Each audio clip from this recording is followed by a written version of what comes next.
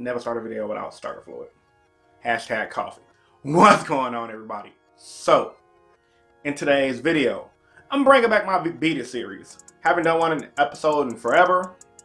And I think since we have a deck like Salamangreat, this is the perfect time to bring it back. In this episode of the beating series, I'm gonna go over how to beat the deck going first, what cards to use, things you should look out for, and I'm gonna be talking about how to beat the deck going second if they win the die roll. Once again, what cards should you look out for, things you should be side decking for the matchup, and etc. Before I get to the actual video, I'm gonna say smash that like button. Let's get this video to 100 likes. If I get 100 likes in this video, I'll be doing another how to beat deck video probably for either this week or next week. I'll have the decks I'm thinking about doing right here in this iCard. And yeah, so with all that being said, let's get into it. Without further ado, let's begin. Ice on my wrist, looking kinda cool. Bad bitch with me, she ain't tryna move.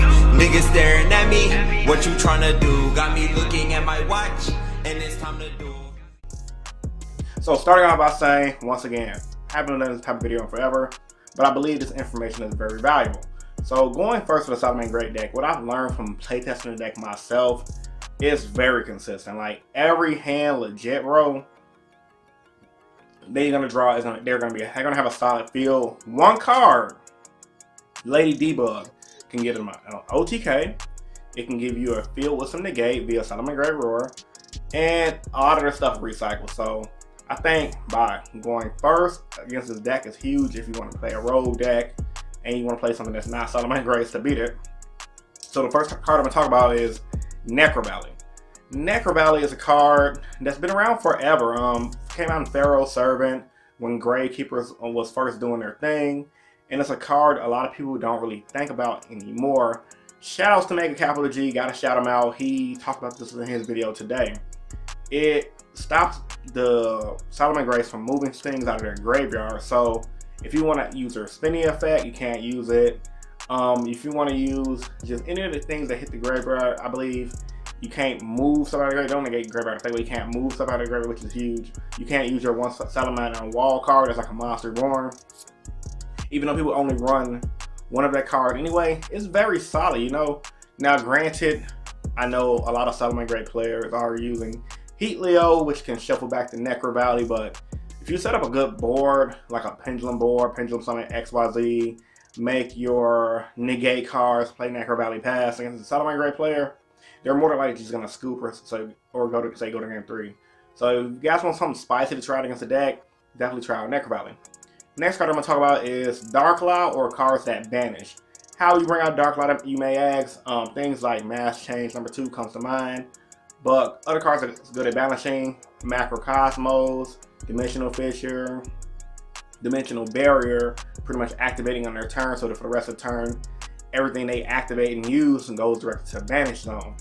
These cards, legit. Salamangreat, you guys already know my theory. It's a graveyard based deck, which is why back when I was playing Heroes, I always had a good chance of doing well at events, simply due to the fact that if I won the die roll, it was nothing no one could really do against me. The only problem is playing Heroes and playing decks that require you to go first. It's going to be hard to come back if they set up their board, because if you lose your resources, you're assed out. But if they lose their resources, they can come back very easily. So, but even in the playing field with cards that banish, you can definitely cripple the Salamangreat deck. Don't sleep on Dark Law and ways to make it. If you guys are playing a dark deck, I think this is the prime time to be running things like Mass Change #2. And if you guys are not playing a graveyard based deck like Meta Stun, Banish Your Radiance, things of that nature will be really good for the matchup. Number 3. Now this is a card I played against at regionals that is amazing going first for any deck that don't require to do a lot of summoning. Summon Limit. Now, granted, I was playing the Time Thief deck, which, okay, Summon Limit, so against a rogue deck, it's gonna be solid. But man, when you think about Summon Limit against Salamangreats, right? They obviously like to do 2 summons. You normal summon or special summon your monster, that's 1 summon. Then you make your first Loon play, that's your 2nd summon. And then you can't do nothing else. Summon Limit hurts a lot of decks in the meta, yo. So if you're playing a deck that doesn't require a lot of summons, things that come up nature is Monarchs, Domain Monarchs, True Draco specifically, if you guys want to be more meta orientated. Summon Limit is huge for the Salamangreat matchup. Huge. Just playing the deck myself, they need their summons, hands down. So if you're side decking 3 of those against me, and I don't have the outs, like I don't have a Twin Twister, I lost. So, and not to mention too, a lot of players are not using Twin Twister in the main deck. So with that being said, I think Summon Limit for you guys that are running True Draco should be main decked in this format. I mean, why not? It don't really hurt your deck at all. But if you're not main decking it in True Draco, if you're playing a deck that summons a lot, let's say for example Sky Strikers, Summon Limit could be huge for the Salamangreat matchup because if you resolve it and you're going first, you're 9 times out of 10 you're going to win. They're going to go to the game 2. Side deck or main deck, they're evenly matches, Twin Twisters, etc. Next card I'm going to talk about, Thunder King Ryo. Now, classic card, been around in Yu-Gi-Oh forever. Amazing effect, very simple. Normal summon it, shuts off searching, and it can negate attributes on a monster. This can be huge because a lot of the Salamangreat cards have the Salamangreat quick play spell. I can't think of the name right now, but it allows you to tutor any card in your deck. The Banelinks, even if they can't search, they make their Banelinks, they have to search out their field spell. The deck, just like a lot of decks, require searching to do their effects. And then if you try to make a monster to beat over Thunder King, 9 times out of 10, and correct me if I'm wrong, unless you're playing PANKRATOPS come into game 2 and 3 as a Salamangreat player, in your game 1, you don't really have an out for Thunder King. You really don't. Thunder King's a 1900 beater, and anything you do, he's gonna stun you for a turn at least. So with that being said, I think Thunder King's a solid sided card. Now granted, you might be able to make a Banelinks or whatever and do some kind of combo plays just by bringing that out and making a Link 2 or whatever. Then they're gonna get rid of you, Thunder King, then you're gonna play your wall and come back. But for that little bit of stun that Thunder King does for the deck, just like it does for every other meta deck, it can hurt the deck a lot. Plus it is versatile. And thing you know about this video, a lot of my cards I'm gonna be talking about are very versatile. Just like Thunder King, I got Mistake in there. Same concept as a trap card, stops your opponent from searching. Downfall is it loses the Heat Leo, so I don't know how you guys feel about that. Unending Nightmare, playing at locals, is another card that I noticed is solid against his deck. Someone sided it against me, and if I was the average, what's the word I'm looking for? If I was the average Salamangreat player, I would have lost to it. Luckily, I played more than one copy of the field spell, so I mean it was janky, you know, structure deck version. In my real deck version, I might play 2 of the spell, even though I already don't need it. But he kept pretty much if your opponent doesn't have an out to make a Heat Leo to shuffle back the Unending Nightmare, you lost. Like real talk, if they resolve Unending Nightmare on Salamangreats, pop the field spell, pay 1,000, pop the continuous spell card, you lost.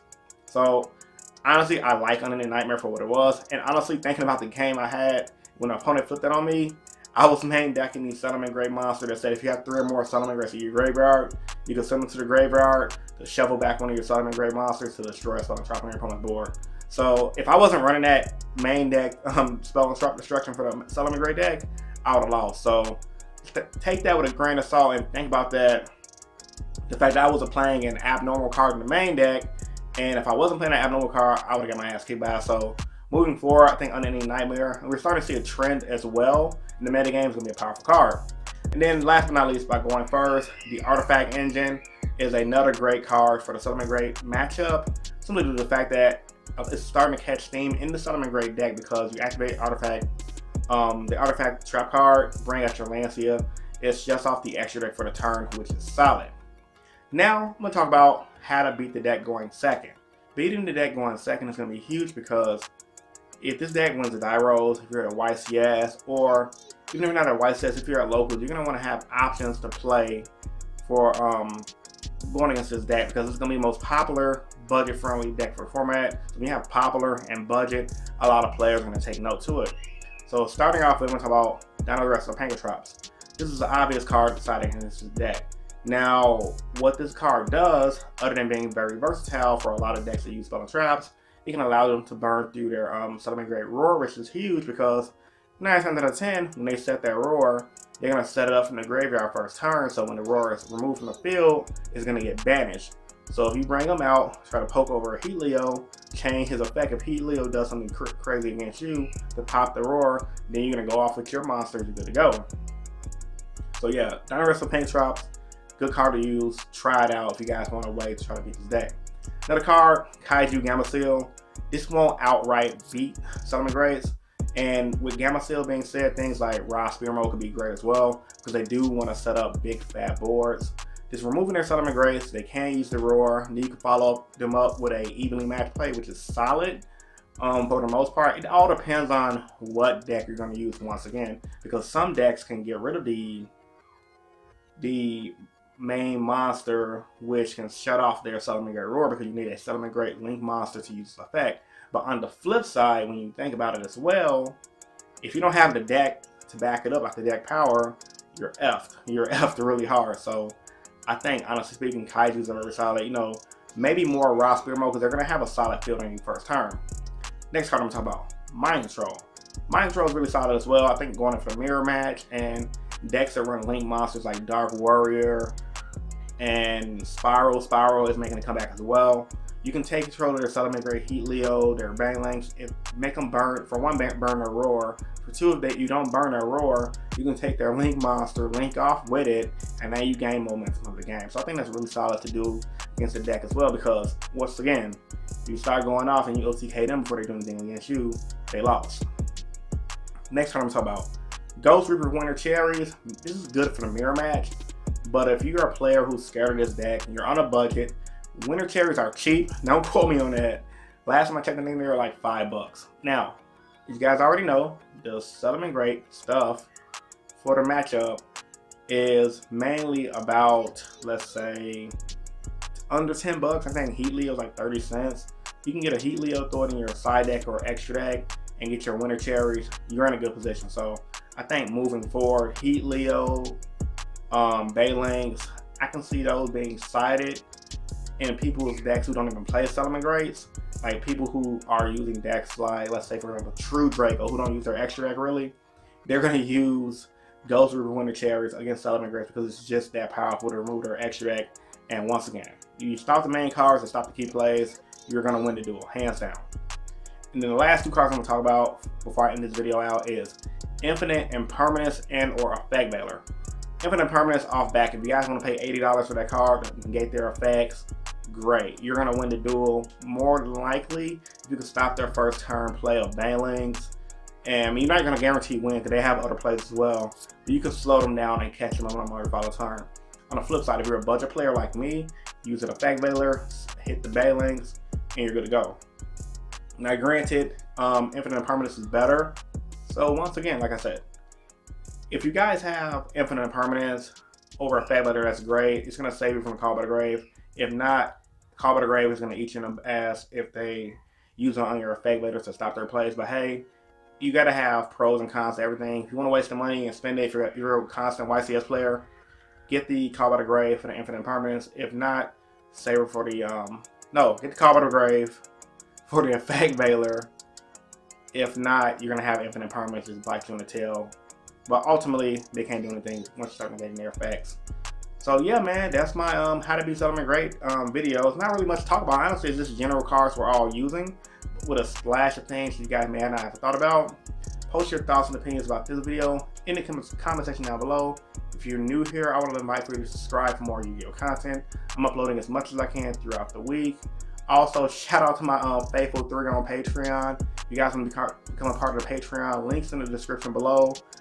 Shout out to Group Rider and shout out to, I believe, Michael Brown. I don't know if he's still a patron or not. But yeah, I only got 3 patrons right now, so if you guys want to support the channel, you can do it that way as well. And I will be doing, every video, doing a Patreon shout out and etc. But if you guys can't do the Patreon thing, that's fine. Watching my videos and everything is just great enough. Almost at 15K. Hashtag get Chris to 15K. So if I get to 15K by the end of this month, I will be making a new Masked Hero deck profile. So let's try to see if you guys can help me get up to 15K by sharing my videos, liking my videos, leaving comments. All of that will help me get to 15K subscribers by the end of the month. And I'd be highly appreciated. Now granted, if we don't get to 15K, I won't be upset, but if we can get there, it'd be highly appreciated. So once again, this is InnovationYGO, bringing you guys that hot Yu-Gi-Oh content, and I'm signing out. Peace.